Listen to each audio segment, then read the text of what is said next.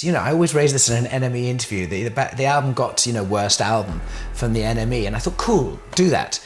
But I wasn't invited to the awards ceremony. They never gave me the award, so it seems a little mean. You mentioned this. You should see what I've got behind me. No way. Belatedly. Oh my God. I feel a bit embarrassed giving it to you, but I am it's so worth thrilled. I'm so thrilled.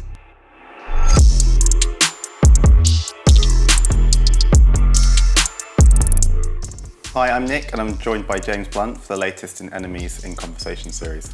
How's it going today? Good, thanks, Nick. Thanks for having me along. No, very welcome. First thing I wanted to ask is, the album's called Who We Used to Be. Why did you call it that? Well, it's kind of nostalgic throwback to my years when I started off as a musician, with that kind of dream and aspiration, not with the big questions of life of, who are you going to be? What are you going to do? Who are you going to meet? And now I'm at a stage in my life where I've answered some of those questions. I've met the person who I'm married to and hopefully will live out for the rest of my life. I've been a musician for a few years now, and at the same time, it's kind of thrown up some new questions as my parents get older. My position in amongst the family changes, and I've got young kids, and so I've got perhaps just as many questions now as I had then, and so that's why it's this kind of nostalgic look back. Do you find in a way you've got even more to write about than you had in the past? Yeah, definitely. I think when you're, as you say, a young man or woman stepping out in the world, you have so many questions, and that's why in our teenage years, it's so inspirational to write songs. And then you go through these kind of the comfort years where you kind of, where you're just gliding. And then, as I say, my stage of life, having just started a family and worried for kids and my position changing because I'm now looking after my parents rather than them looking after me. Suddenly it's definitely a kind of inspiring time where just your position's changed and loads of questions that come with it. There's a couple of tracks on the album, Some Kind of Beautiful and Beside You, which are quite kind of dancey in a way we maybe haven't heard from you before. What inspired those songs? Is it, being on Ibiza, amnesia? Yeah, I know I'm famous for dreary songs on guitar, but I live in Ibiza, I love dance music. And also, I suppose, I'm writing songs about my wife, the person I've aspired to be with all my life, but I've been looking for all my life. And so rather than write a song about a second in time of seeing a girl on a subway, the song about, who you're with has to be bigger than that. So there has to be bigger statements. And so that's why, they're upbeat and fun songs. I did wonder with Some Kind of Beautiful, did you have to think twice before writing a song with beautiful in the title again? Definitely. I think, because legally I'm obliged not to use the word anymore, aren't I? You mentioned obviously you live in Ibiza, but you've got kids now. Are you still able to go out clubbing? I mean, we'll get onto the book later, but there's lots of tales of going out clubbing in Ibiza in the book, but can you still do that very often? I'm high on babysitters. I love clubbing, and I built one at the end of my garden, and I've played in Ushuaia. Amnesia's one of my favourite clubs in the world, and I wrote a song about Pasha called 1973, which is when it opened that year. And Pete Tong remixed it and played it there when he had a residency there as well. So it's it's definitely in my blood. What's the door policy for the club at the end of your garden? You can get in, definitely. Your name. I have a mannequin on the door whose her name is Svetlana. She has a clipboard with my mate's names on it. Your name, so I'll put it on for you. And you speak to her and you come. Would you say that this album's one of your most eclectic? Because there are, as we said, there's these kind of upbeat, dancey tracks, but there are also some really emotional songs on there. Yeah, and for me at least, Misery Sells, so I've got to chuck a few of those on there. And I suppose it's just a diverse album in that way. It's got a bit of everything, as you say, dance songs, because I'm having a pretty amazing time in life generally. But of course, I'm on this kind of roller coaster of life too, and there have been some highs and there have been some lows. And along the way, I've lost friends. Some friends struggle with their things, and it's very hard to help them. There's a song called Saving a Life. We've had aspirations as a family, and some of those things we've succeeded in, and others we haven't. And so there's a song called The Girl That Never Was. And I've written a song for Carrie Fisher, who I lived with for many years, and it's been a few years since her death, but it's taken me that long to write a song that justifies her life.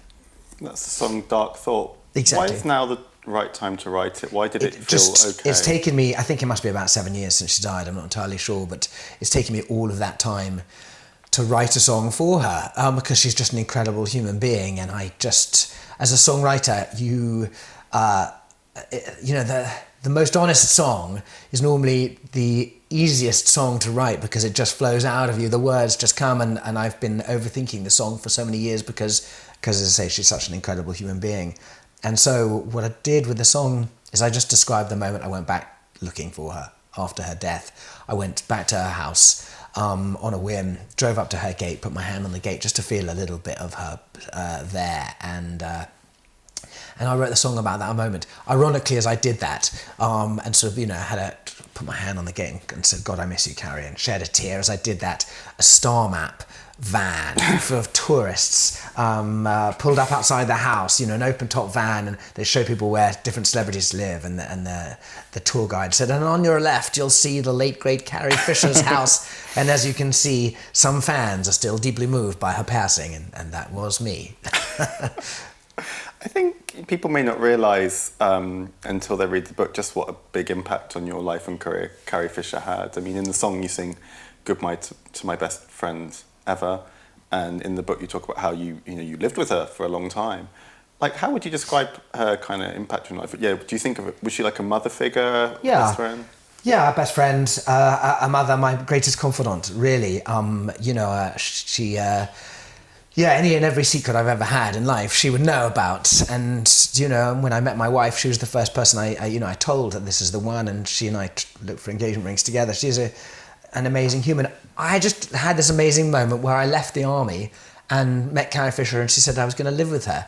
And so, having gone from this kind of very disciplined, structured way of life as part of, an institution, I found myself living in Los Angeles, living at Carrie's house, in this bizarre house where she had, a Christmas tree up 365 days a year, and just, chandeliers in the trees outside and fairy lights everywhere, and incredible madness within the house, physically, and I suppose in her madness too, because she's an incredible creative soul. And so the juxtapositions of my life were completely changed. But if you've had a dream to be a musician, then that's really enabling that dream. Suddenly, she really enabled that dream to become a reality.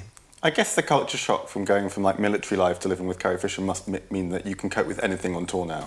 Yeah, definitely. And I suppose it just really, allowed the naivety I had that I was going to be, a musician. I'm going to be a successful musician, and she really kind of enabled that in the way that, of course, if you leave the army, you suddenly end up living with Carrie. Of course, the world's going to be your oyster at that point. You can surely do anything. And and what you're saying, I suppose, is, you're just used to anything. You can hang out with anyone once you've been at her house, because everyone's passing through it, from Joni Mitchell to, sons of, of John Lennon would pass through. So, it could be anyone. Meryl Streep, Courtney Cox, Courtney Love, anyone could be passing through it at any stage. And Debbie Reynolds calling down every morning. Debbie Reynolds was there. She, basically lived on the property. She'd shout at me every morning, asking me if I wanted a drink. Something that really struck me in the book is that you wrote about being turned down by about 15 record labels. I think you said every record label in the UK, essentially. Like, when you kept getting turned down, where did your self-belief come from? How did you keep sort of getting back up and thinking, no, I'm meant to do this? Well, I think I was very lucky to be very naive. And that naivety gave a great sense of confidence that, of course this was going to achieve. And, you can be turned down by however many, 30 record labels, but there's got to be more, haven't there? Be positive. And, the UK is a small place, so let's go and get signed somewhere else. I guess, that's the thing. And also, like anything in life, you need to go down a few wrong turns to know where the right road is. So all of them were a lesson, and every knockback I'm grateful for, because it pointed me in the right direction. The person who actually signed you in the end was Linda Perry, who was from Four Non Blondes, and then she became a huge songwriter. Why do you think that you and her worked well together? Why was that the right fit? I sing songs in a very, very open, honest way. There's no bravado. There's no shell. I'm not a cool human being. I'm not trying to be cool, because I could never achieve that. But so what I am is very, very open with my emotions, my fears, my frailties, and my failings. And that deep sense of honesty she really could see and relate to, and was excited by someone standing on stage and not afraid to sing about those things. And yeah, so that's what she picked up on, and she didn't care about anything else. You know, in the UK, we were married about perception and image, and those things that didn't matter to her. The book's called loosely based on a made-up story and non-memoir. What should we take from that title? Like, what should we glean from it? Well, I'm legally obliged to tell you that it means that nothing's true in the book. As to whether that's the case, again, I'm unsure. Because it's a non-memoir, because I can't really remember very much. It's been a long time, and a lot's gone down the throat since then. Well, because when I was reading it, I was thinking, is this bit completely true? Is this? I mean, in my mind, I'm taking away that most of it is completely true. It's super hard to say, isn't it? What made you want to write the book? And did you enjoy the process? I think, I was signed in 2000. I left the army in 2002. I think I got signed in 2003 and put my album out in 2004. So it's been 20 years really in the business, which seems like a good time that hopefully I won't get into trouble for the things that I've written. But I can't leave it another 20 years because otherwise the people in the book, myself and Jedward, will no longer be relevant or known. You won't know who they are. So that's probably why now is the time. Do you have to contact the people in the book to tell them they're going to be in it, or is that not how it's done? Most of the civilians I have. Okay. Yeah. But not Jedward? No, are they in the book? I've forgotten about that. I don't want to spoil it for people who haven't read it. There's a really good story involving Jedward and Tara Reid. Right. They are, as they are in the book, they are the heroes of the moment. So I don't think I need to alert them to that because they come out shining, whereas me and my friends don't. I mean, I think, I'm the fool guy in most of the stories. Yeah. You don't seem to mind making yourself the kind of punchline or have a bit of self-deprecating humour at the end of the chapter. It's not that I don't mind, it's just that I've got used to it. There are more serious bits in the book. I was really struck by how you wrote about the publishing for You're Beautiful. Yeah. Amanda Ghost has 10%, which maybe she doesn't fully warrant. Was it important for you to put your side of that story out there? Well, I just think it was important to be factual about what's gone on, because I suppose along the media journey, sometimes it hasn't been clear. Does it still rankle that happened to you, or is it it's 20 years later? You kind of. I think it's 20 years later, and it's just a kind of lesson, I suppose, when you start out in the music business. You can meet all sorts of people, and you hope you meet the good ones. There's the book is really full of fun stories, and we touched on this a bit earlier with Now You Have Kids. Are your tour after parties still as fun as they used to be? Yeah, they are. It's a different game now. As the book will tell you, 3 of my bandmates have married people from the audience, and we're all happily married. But we've married really fun people, so they come on the tour, and it's it's a different beast, but it's probably a healthier one. Well, that suggests it's a very kind of fun, welcoming party if people want to kind of come and stay for the long run. Yeah, our main thing is, what we did is, the whole purpose of being a musician in the first place is to have a fun life, isn't it? And so when we did start on tour, we just made sure we had an after party after every single concert. Whether we were, close to death's door from a hangover or not, we would still have another after party. And the point of that was quite important, really, because otherwise we were doing 260 concerts a year at that stage. And if we didn't invite people back to have a party, we'd literally just be sitting around as a band talking about chords and, who played the wrong chord or discussing music. And it gets really boring when musicians are just together, just obsessively talking about music. I start pulling my hair out and saying, we've got to invite other people backstage here so that you guys stop talking about whatever, ASAR 7. When Back to Bedlam went supernova, and I think we should say it's the 18th best-selling album in the UK ever, which is insane. How long was it after that you actually got a day off? You mentioned you're playing that many gigs. Was it 3 years before you actually managed to kind of take a step back from it all? Yeah, I mean, I do remember saying to the record label, you're definitely going to break your tour at some stage, because I was just, up at 5 or up at 4:30 to go and do early radio, and still working through till 1 o'clock or 2 o'clock at night, doing shows and late night performances, and you think, wow, there's not much downtime here just to recharge a battery. But at the same time, it was incredibly good fun. I mean, and it still is. I'm very, very lucky to have this job. It's an absolutely amazing job of I do my passion of music. I'm lucky enough that people turn up in their thousands. I'm just about to go out on a tour and we play arenas off France, starting in Europe and through the UK. And, this is how lucky am I? Yeah, I mean, I think I took away that from the book, that you really you love your life on a personal level and a professional level. And I thought it's amazing that you're still on the same record contract with Atlantic. I mean, how many artists have that after 20 years? Yeah, and it's a strange thing too, isn't it? Because we see so many artists fall out with their record labels, and then the fallout from that. And I've been very lucky. Atlanta Records have looked after me really well. I really am a huge fan of theirs. It's a family, and of course some of the faces change, but that the young people within that label bring its energy and new ideas to it. But really, they've looked after me really well, and and I'm here with them, and we have our highs and our lows. They forgive me my mistakes, which I make plenty of, and even right now, we've had a huge debate in the record with the label about which single to put out. I don't like the singles they choose. I always think they're the ones they say this is good for radio, but they like that song, but they're going to choose that one that they don't like so much because it's good at radio, and it's an internal debate which I struggle with. And I've said this time, hey guys, look, I really want to put the one that we all like on instead, as choose that as a single. And they said, okay, we'll give it a go. And it might be a huge mistake, but but they're willing to let me give it a go. Have you disagreed with them about singles all through your career? Well, not always. But it's a conversation, and it's a relationship, and we care for each other, and we respect each other, and it's and I'm still here, so so thank God for them. How important would you say humour has been in your career? Like, I feel like on several levels it seems to have been really important for you. One, in getting through all the madness that you've experienced along the way, and B, maybe in the last few years it's kind of changed people's perceptions of you in this country, at least. Yeah, I put out quite serious, earnest music, but I'm not a very serious person. And I think what I struggled with at the beginning of my career is that I would talk about the music in a serious way, and then be asked questions that are kind of more tabloid type questions, and I'd make a joke about them, but the journalist would never put the ha-ha in the article. And so the jokes came across as very serious too, or just weird in some scenarios.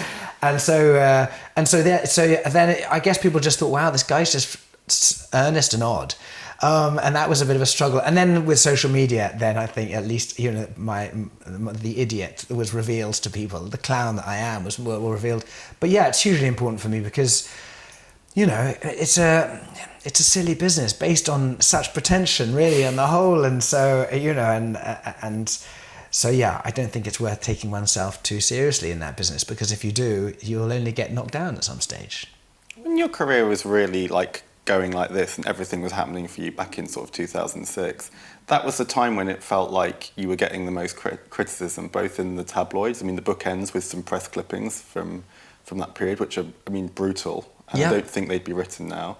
But also a lot of fellow musicians were criticising you, and a weird kind of disparate mix of fellow musicians, everyone from Charlotte Church to Paul Weller. How did you deal with that at the time, when you must have also just been exhausted, basically, from your touring schedule? I think I'd just stepped out of the army, and so what I suppose was a surprise was the childishness of this industry, and so that was a surprise in itself.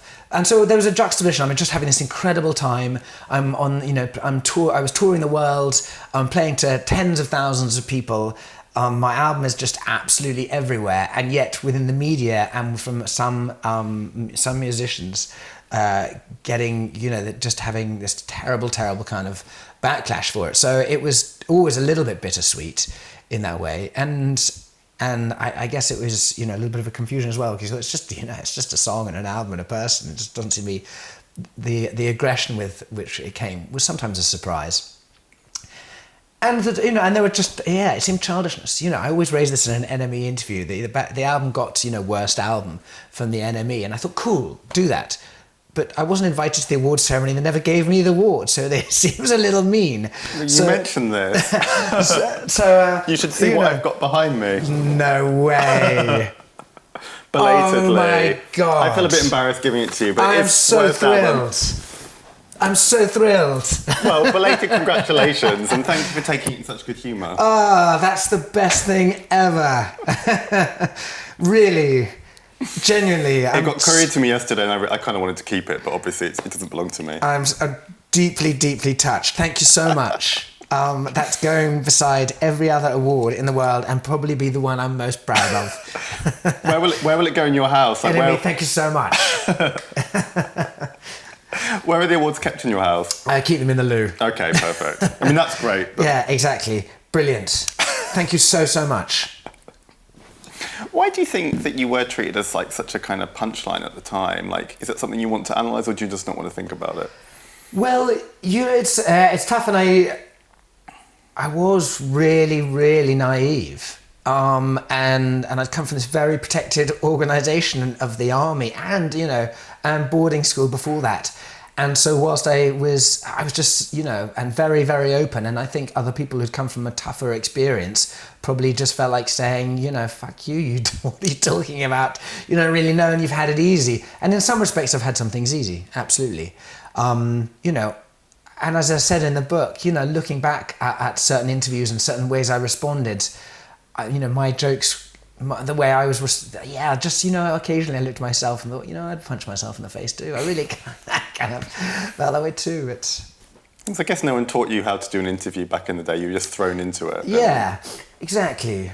It's a funny old thing. And you learn, it's an industry where you have to learn when you're on the fly, don't you? The questions come at you, and that's the first time you ask the question. And sometimes you learn when you're on the stage, and sometimes you're in an award ceremony, and you're suddenly, in the public eye in a way that you've never been taught, never experienced, and no one's guiding you. And again, a record label or and a manager can only do so much, really. So. I should say that there are fellow artists who've supported you a lot. Like that comes across in the book. Elton John's very supportive. And only the smaller ones supporting me. Ed Sheeran. So if you've got two people on your side, that's quite a good two to have. Yeah, I was very lucky. Paul McCartney said something very, very positive very, very early on. That was incredibly sweet. And then when you banked that, then versus Charlotte Church, you're kind of okay. And of course, Elton took me out on tour around South America and around the UK, and was a phenomenal support. But I suppose more important than those guys and girls within the industry who are nice. I've been very lucky that I've had people turn out to concerts. Yeah. And so whilst I've always been asked about the negative in interviews, there are tens of thousands of people who are buying the album, millions of people who are buying the album and turning out to concerts. Perhaps that should be a better measure. Rather than just focusing on the negative, and I suppose that's what I've learned to do. What are you proudest of in your career? As a person, individually, that I am not damaged goods, because this industry is it can pick you up and swallow you and then spit you out, and it can damage you. And I've been very lucky that I've got friends and family who've just told me to buck up and get over it whenever it's been difficult, and appreciate the good bits, because the good bits have been awesome, and the bad bits, they're not too bad. And as a result, I think I've got my feet on the ground. I'll ask just one more question. In the book, a few times you describe yourself very self-deprecatingly as a national pariah. But in the press release for your new album, you're described, which I guess was not by you, but someone at your label, as something of a national treasure. Do you feel like a bit of both now? Do you feel like you're in this mid-place? I'm slightly embarrassed that they should have said that in any way, because I certainly don't think it's true in any way. But I think we've made good, you and me. I think it's national treasure. Everyone I've said that I was interviewing today was so excited. Well, that's sweet of you to say, but But I think we've all come full circle. The NME and me, we're friends. Well, yeah, thanks so much for your time. Let's end it there. Cheers. Thank you so much. Such a pleasure.